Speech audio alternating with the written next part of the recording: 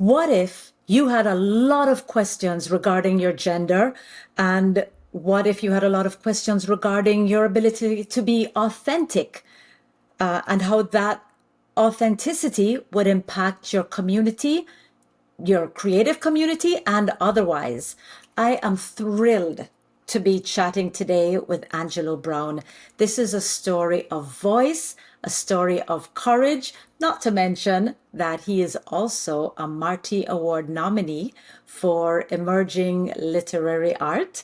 So I am so excited to have Angelo Brown share his journey of courage with us today. Welcome, Angelo.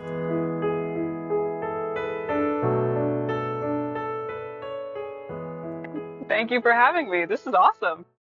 I'm so happy to have you here. So, for people who don't know you, how would you describe yourself as an artist and a person? I'll start as a person, then go to artist.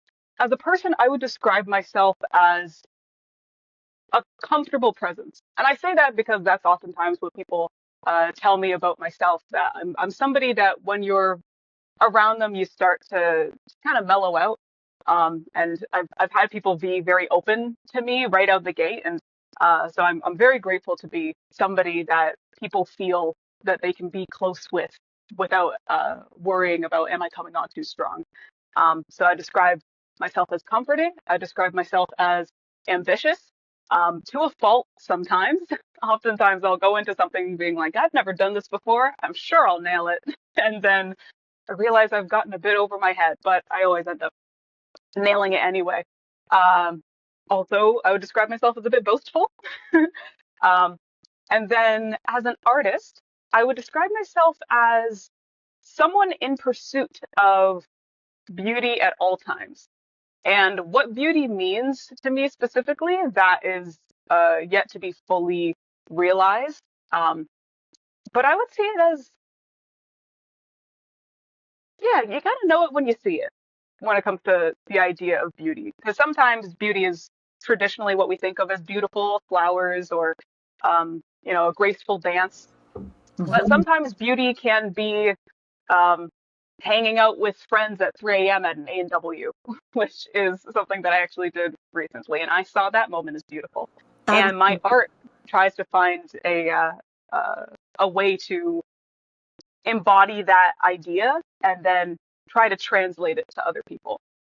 It's an incredibly vague way of speaking, I know, but it's what I could Well, come up with. you are a poet, I a am. performer, and a vocalist. And of course, I've been stalking your Instagram, which I absolutely love. For everyone, please check him out. Indie with the Fro. So one of your performances I love because you just talked about beauty and it said you were enjoying what you were doing instead of seeking perfection. Mhm. And I think beauty might have been in there as well. But can you describe how you came about that idea? That instead of just seeking beauty or perfection, sorry, or looking pretty is how you put it. Instead of Mhm. looking pretty and being perfect, you wanted to enjoy that performance. That is Yeah. so big for so many of us. Just living Mhm. in the moment, being present, enjoying what we're doing. Can you go back to that moment? Why did you decide to pursue that? I mean, such wisdom for a young person. Thank you. So for pretty much my entire life, I've had a thing regarding perfection and regarding the appearance of how other people view me primarily before how I view myself. And I was just tired. I was so tired, and I found that um, it was trying to fill a bucket with holes in it. Where I just like every performance, I would work so hard at it. I would tear my hair out trying to make it perfect. And then I would do it and I would do a very good job. And then people would tell me that I do a very good job. And then for that night, maybe 3 hours, I would feel fine because I finally got what I needed to feel some sort of self esteem. I got that validation from other people. And then the next morning, all of the water drains out of the bucket and I'm right back to where I started. Mm. And it's a terrible feeling having to be in that cycle over and over again. And despite the fact that my craft was improving, I didn't feel any better about it. And so the feeling of going on a stage and performing and doing this thing that I have done millions of times, but for the first time, I actually feel like I am there, that I am not in the audience watching myself. That is such a great feeling.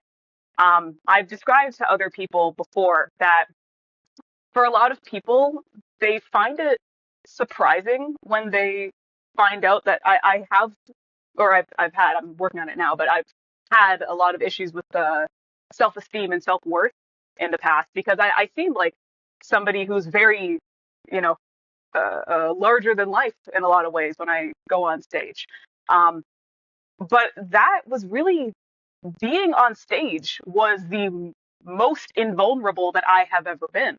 Because when you're on stage, you can control every single thing about how that's going to work out. You're the one with the microphone in your hand, the lights are on you, you're the only one facing that direction while everyone else is facing towards you. It is like I have a suit of armor on, but I also can't feel anything.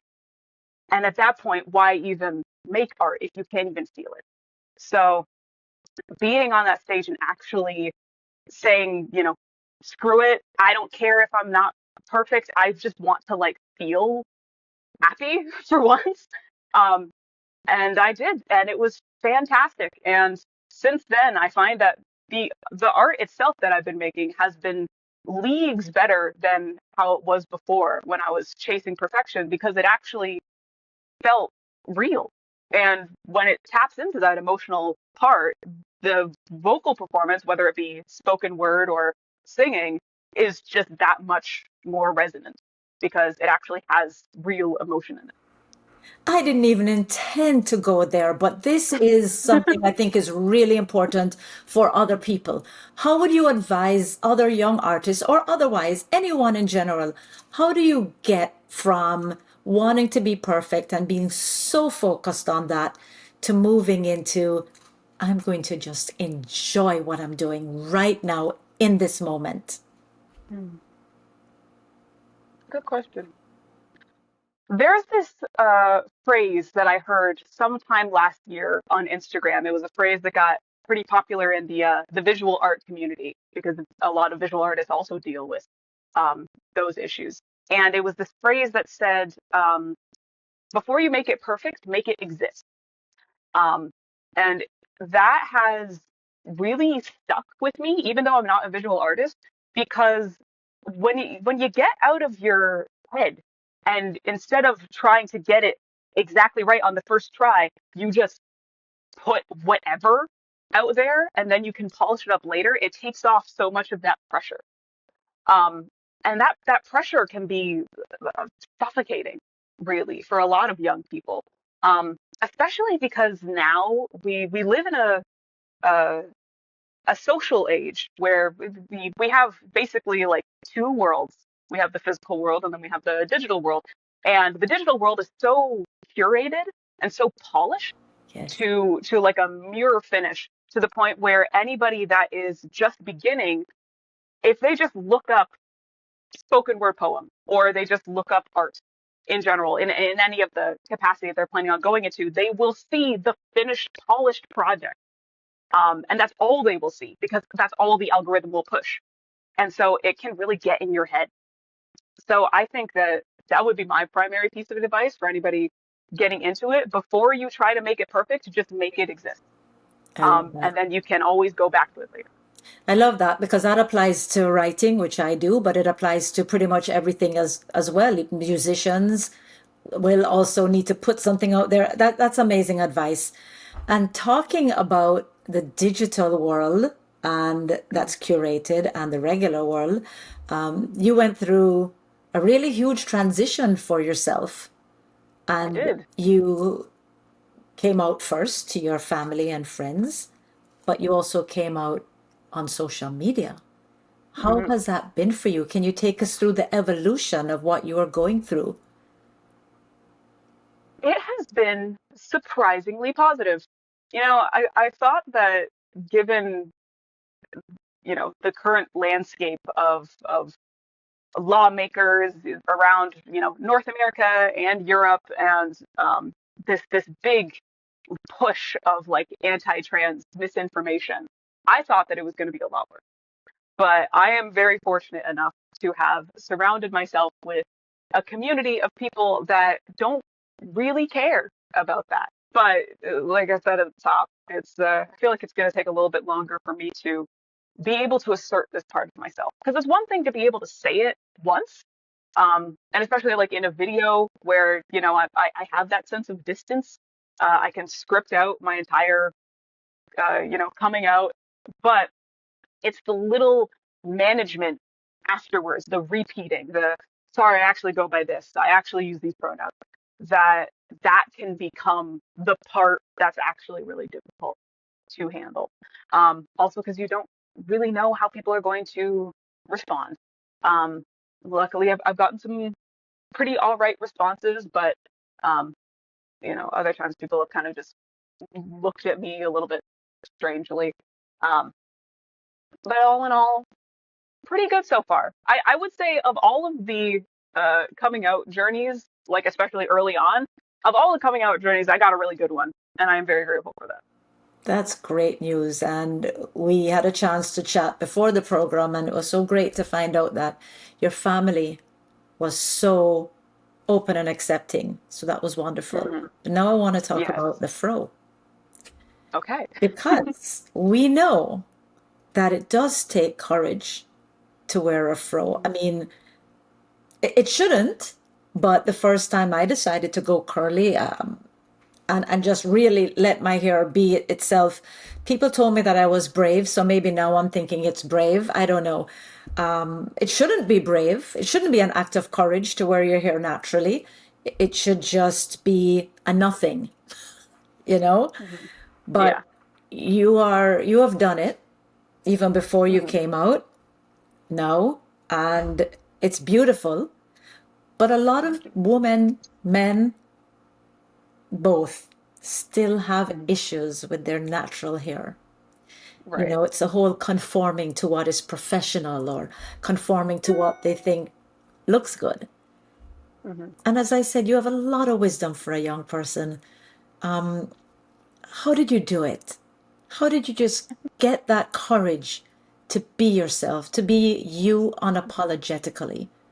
And even your Instagram handle, I love it. Indie with the fro. Thank you. Yeah, how did I do it? It was something that I didn't know was brave until I did it. Um, at first, it was just practicality. It's just my hair was getting too long, and I needed to cut it in a way that I could manage it. So I just went with like a big chop, and I was just thinking like, what style would be easy to manage? I don't need to style it every morning. It's you know really you don't need a lot, and I settled on the fro because it's really just I've described it to people as like the curly haired version of a pixie cut because it's just like short on the bottom and on the sides and then longer on the top. And that's it. The only reason why it's even this shape is because my hair acts the way that it acts. But all in all, it's not really that remarkable of a style to maintain. And so I just went with it. And I found that it fit the shape of my face really well.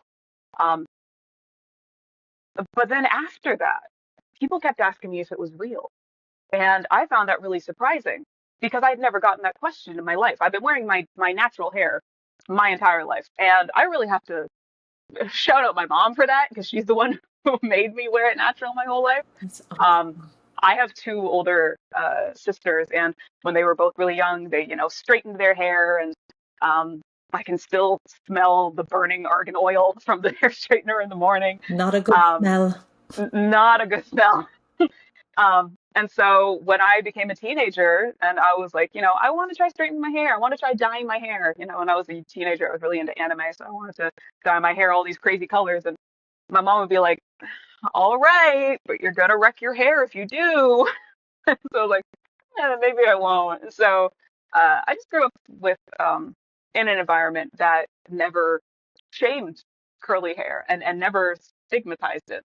And so it didn't feel courageous when I cut it into an afro. I just really liked the style. And then afterwards, when people started asking me all the time if it was real, even in situations where it would make no sense to wear a wig, um, that's when I found that. when I realized, oh, that this is why, it's a courageous thing. Hmm. Um, because it's immediately your your legitimacy is questioned in a way that doesn't even make sense. Um, What do you and mean in a by way, that? because that line of questioning of seeing somebody just wearing a hairstyle that like makes sense for the way I look. Because like you can very clearly tell by looking at me, yeah, I'm pale, but I'm not entirely white. And so it would make sense for me to have curly hair. And it would make sense for if I were to cut my hair in this shape for it to be this way. But when people see afros, they only see them as a time capsule of this one period, which is like So the true. 60s and 70s So of true. the United States. That's it. You don't hear about afros anywhere else. The only time I've seen afros in like the modern day is in Disco Queen and clown Halloween costumes. And because they're not that popular, and people the people who tend to ask that question will view normal through like a white lens, then they will think that this has to be a fabrication because it doesn't fit into their idea of what a black person's hair looks like in the 2020s. It's not in box braids. It's not in a silk press. It's not in locks, and it's not in like, one of those tight buns in the back. So people just don't see it as real automatically. They have to ask me. Um, and even though I cut it in like what, July of 2023, so we're going on 3 years now, I don't get it as much these days because I think I've interacted with everybody who was who would ask me that. Um, in the early days, I got it a lot, and then it kind of petered out, and now I still get it sometimes. Um, but yeah, I will say though, one of my favorite parts about having an afro is that I immediately get so much more street cred with older people. The amount of times that I've just been walking down the street or I've gotten on the bus and, an older black woman or an older black man would walk up to me and be like, I had your hair in the 70s. And like, I love I'm just like a blast from their past, and they automatically are so happy. And that's what that it brings me a lot of joy. Well, it's a much bigger thing than the general community will realize this issue of our hair. I mean, I remember the first time I saw you singing the national anthem at the MARTY Awards, and that was the first thing that stood out for me. Wow. At the time you were indie, and I just thought, beautiful. The afro, the earrings, the look, everything. And I've had one man, when I wrote Bushyhead, start crying Mm, and saying, nobody has ever talked about hair like this. And do you mm, know how I was teased and, even from my own family for having this kind of hair. So it's really a huge deal. And I hope one day it's not. I hope that people will just wear their hair as they want to, mhm. naturally, Yeah. hopefully, and that no one has to say, oh, you're so brave or anything else like that, because it is, after all, as you said, your hair. Hmm. So let's go back to the beginning. Okay. When did you first realize that poetry and performance were part of your voice? Funny enough, the poetry is actually the thing that came last. I was never planning on being a poet. I kind of stumbled into it. I originally started singing. I found out I could sing when I was very young.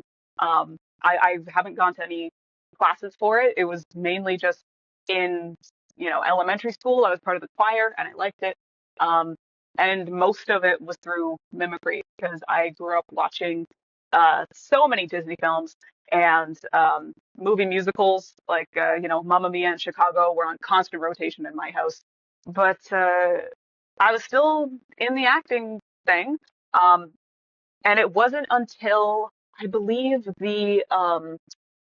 second, no, the fourth annual um, Youth Poet Slam of the city of Mississauga, where I decided to put my hat in because it happened to fall on my birthday. And I was like, well, I gotta do it. Um, I've written a couple of poems before then during high school. One of the assignments was that for Remembrance Day, the drama class had to put on a performance, and it was all student material. So I submitted a poem about being a soldier in World War I, and people really liked it. And so that was kind of my first foray into spoken word. Um, and then, but it wasn't until that slam where I performed a piece, actually, funny enough, sort of looping into how this started with the idea of perfection and Mhm. social presentation, because that was an entire poem. It was called Want to See a Magic Trick, and it was an entire poem that was about social performance. I have Um, it on my notes. Want to see a you magic do, trick as one of my yeah. favorites. Yes. Really? That's all you're Yes. saying? Well, okay. Yeah. Good to know I got it right like Yeah, immediately. you did. You did get that one Yeah. right. And for anyone listening, go to Angelo's Instagram at Indie with the Fro. Is that correct? Mhm. Indie with the Fro, Yes. to see the performance, or just you've have them written out, which I personally love because I get to really see the words. And yeah, that one really resonated with me. Want to see a Thank magic you. trick. Yeah. Really well done. I thank you. I really enjoyed that one. I think it came out really well. Um, and then during the ceremony for that one, because at the time Lisa Shen was the youth poet laureate of the city, she was present, and she let people know that she was starting this new um, poetry initiative and open mic series in the city, and encouraged people to come. And I really enjoyed uh, my time at the Slam, and so I decided to go there. And then I just kept going month after month. And every month I needed to write something new because I needed new material. And so that series is what really propelled me into doing poetry, because it gave me uh, a motivation to start working on this craft that I wouldn't have otherwise. Um, and being in a space where people were so supportive. And my favorite feeling to this day after every poetry open mic or slam or whatever is just meeting up with other people and talking about what we like about other people's poetry. And so hearing what parts of my work resonated with other people and getting that outside perspective was so valuable. Um, and then that propelled me to doing more poetry work. Um, right now, the I think this past summer I did some more singing work. The singing, it came right back after a bit of hibernation. But right now I'm starting to find an equilibrium between doing poetry work and doing singing. That's Um, awesome because you're great at both. You know, thank you could you. never give one up and just no, you can't. You can't. You're just your singing is beautiful, your Thank poetry you. is amazing. And now you're a nominee for the Marty Awards coming up I in am. June. Yeah, So the ceremony is on June 18th. I am very excited for it. I am very excited too. I'll see you there. Yeah, so see you there. So, your mom. Another poem I love before I even start with your mom. The poem is about first your father and then your mom. I love it. Right. It's called If You Don't Know, also on your Instagram. And Hmm. you only have to share what's comfortable for you, but it sounds Hmm. like your mom really played a major role in how she brought you up, in your Hmm. confidence, in acceptance of self, in your Hmm. creativity. Hmm. Am I right? You are absolutely right. My mother, God, I swear I owe everything to that woman. She has always been my biggest proponent. There's this phrase that has said a lot in the past, where she would always say to me whenever I was in a low moment, she would say, "I wish you saw yourself the way I see you." And that really feels like the ethos that lays our entire relationship. She has such a deep, unconditional love for all of her kids. I'm the youngest of four. My three older siblings, they are, for a long time, because of my dad, they have been going through a very difficult period, just struggling with a lot of mental health issues. And my mom has never once given up on this family, even though like they will do just insane things.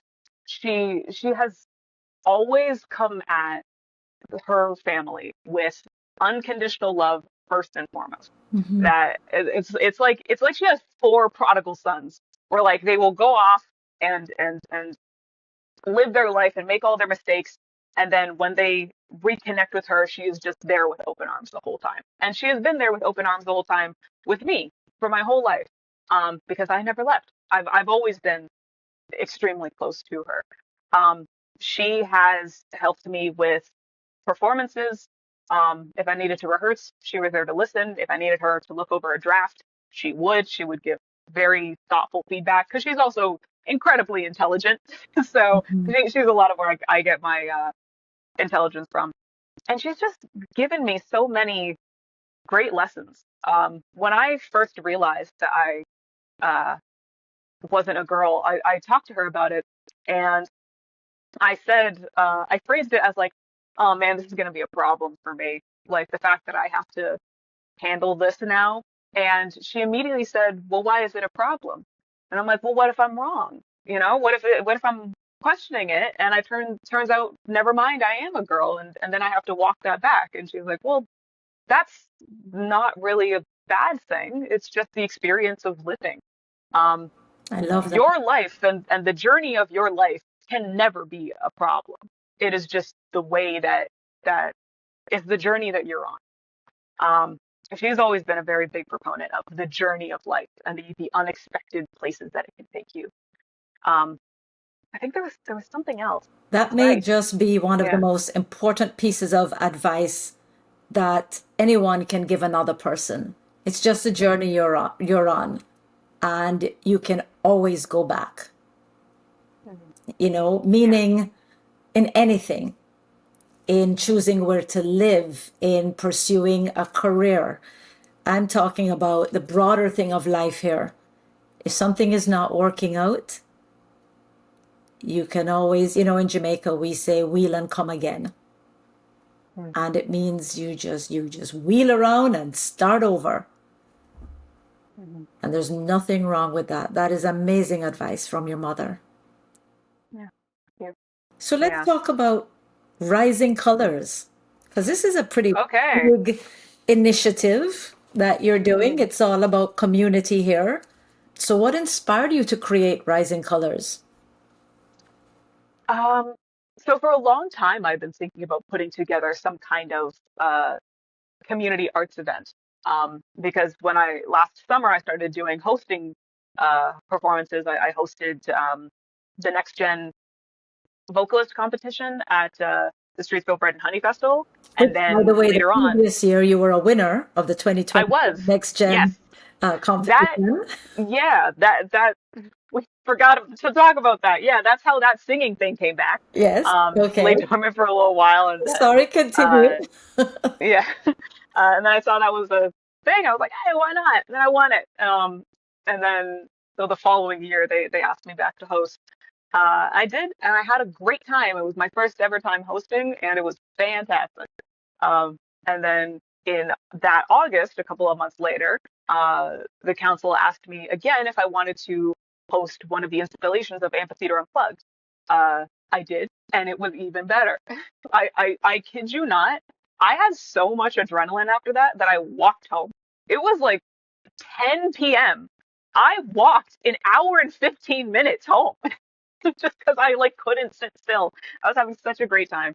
Um, and so after that I realized like I want to start doing my own stuff. I want to create these opportunities for myself, but I didn't know what to do it about because um, I'm friends with quite a few people that have organized, open mics and showcases, and I didn't know what would make mine special and like what would justify it being there other than just another open mic. And it wasn't until January when I properly came out. I came out on Instagram and I emailed my work and asked them to change my name and all of the paperwork. Um, and that it wasn't until that period that I realized that there wasn't really any space in Mississauga where I could exist without negotiation. Mm. Um, without saying like, "Hi, can you please refer to me as blank?" or that correction thing I was talking about earlier, just these little things every day. Mm-hmm. And I realized that there wasn't really a spot where I could just decompress and just be with other people that assume that I am not straight or cis. Um, Instead of the other way around where they assume I am and I have to prove otherwise. There are spaces like that in Toronto. There's plenty of spaces like that in Toronto, and there are none in Mississauga. But I checked. We have almost 800,000 people here, and not a single one. What? And so I was like, I found out what it can be, what my open mic is. I found out what it can be about. It'll be a place where you can do that, where it's a space that can be a meeting place for queer people. It can be a place for um, allies who want to celebrate Pride and they want to support their local community. And it can be a place to uplift queer artists because there's a lot of us. Um, but a lot of times I find that there's a hesitation around expressing queer art in non-queer spaces because you don't know how people will receive it.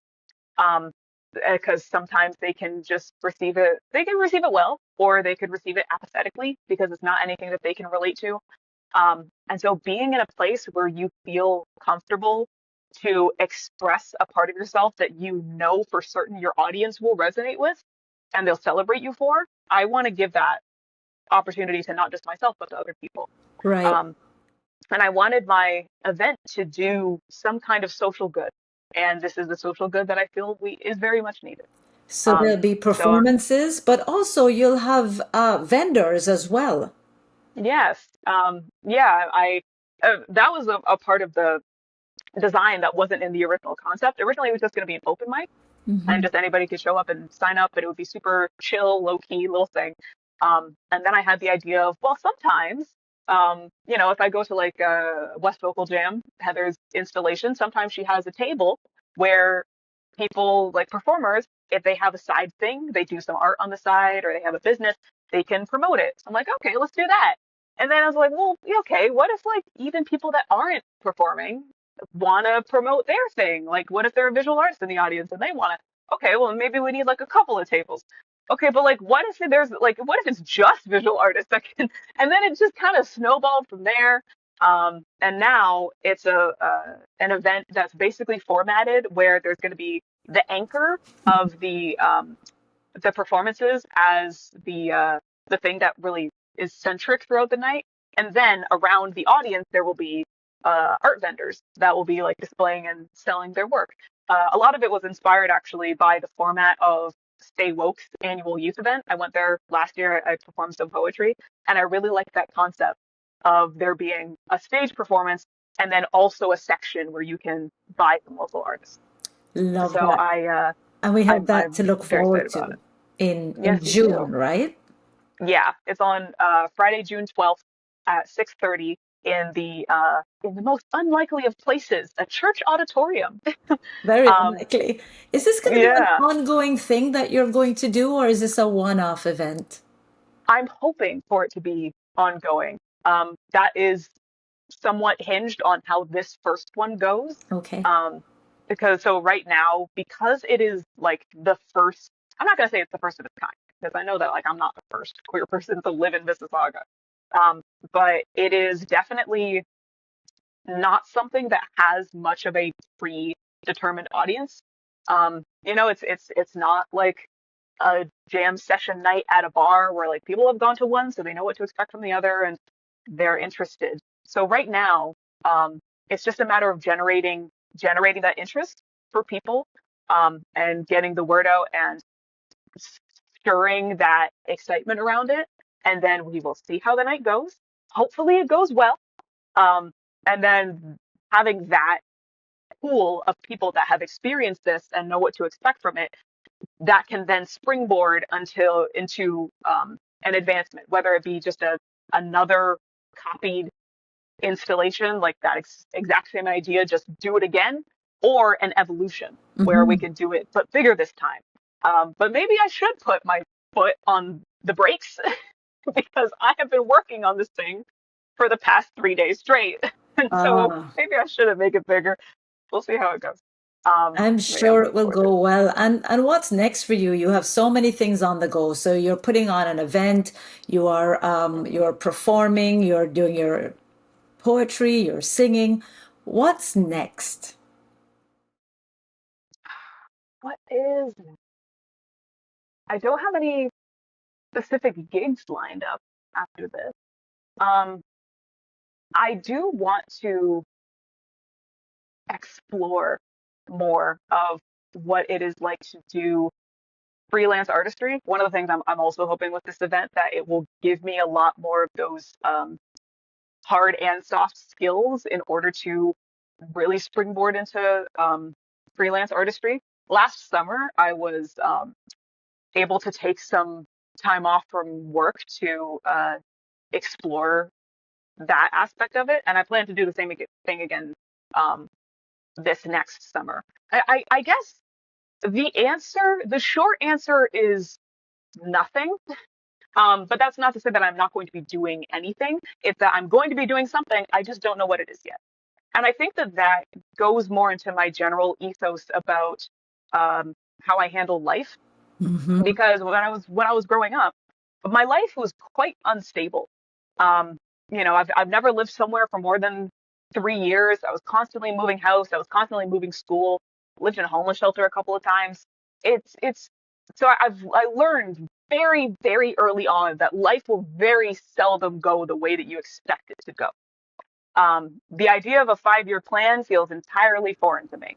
Okay. And I find that very liberating. A lot of people might find it scary. I quite like it because it gives me this, for one, it gives me this sort of sense of adventure about life.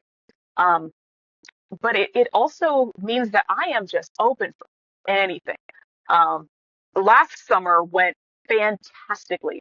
I did so many things that I never thought that I would do in my life, and I didn't plan any of it. Life will just come at you with these bounties that you never thought that you would get, I'm just because you left amazed. yourself open to receiving Yeah, because a lot of people are so afraid to jump at new things. them. So And this is not to say that like that this at all has come easy to me. I also, for a very long time, would doubt everything that I could do. Like even now, I still do it. And we're gonna talk about my mom again because she is really just ever present in my life. Um, that just a couple of days ago, I was really afraid of advertising for Rising Colors because it's not something that comes naturally to me. And I was worried that I wouldn't be able to rise to the occasion. And then I had a very lengthy, very blunt conversation with my mom where she's like, well, it's either you do this or you don't do the event. So you're going to have to do this. Um, and so I was able to just like roll up my sleeves and start really working at it and moving through that fear and moving with that fear, I suppose. Um, it's a valid and fear. It's valid. it is, yeah, And you're yeah. doing this at such a young age. A lot of us are learning this in our 40s, 50s, 60s when we didn't grow up with social media. Mm-hmm. So we're learning it now, but you are doing Right. this at your Mm-hmm. stage and age. That's amazing. Thank you. And I Yeah, saw your I cute am little very grateful advertisement for that. about rising colors in the park early in the morning in your pajamas. I thought Yeah. it was great. It got the job Yeah, thank done. you. Yeah. Thank you. It Yeah, has been such a pleasure chatting with you today. thank you. And thank you for sharing so generously and openly about your art, your evolution into who you are today, what's next for you, and the great things that you are doing in community. And you can connect with Angelo on Instagram. Again, that's at Indie with the Fro. And be sure to check out Rising Colors, his queer arts showcase celebrating local artists, performers, and community on June Well, 12th. June 12th. yes. Thank you. And thank you for listening to Heart to Art. And this may be a good time to just reflect on what authenticity could mean for you in your life and how you can embrace it. So until next time, please like, subscribe, comment. Hope you enjoyed the show and keep making your art. Keep being creative. Thank you.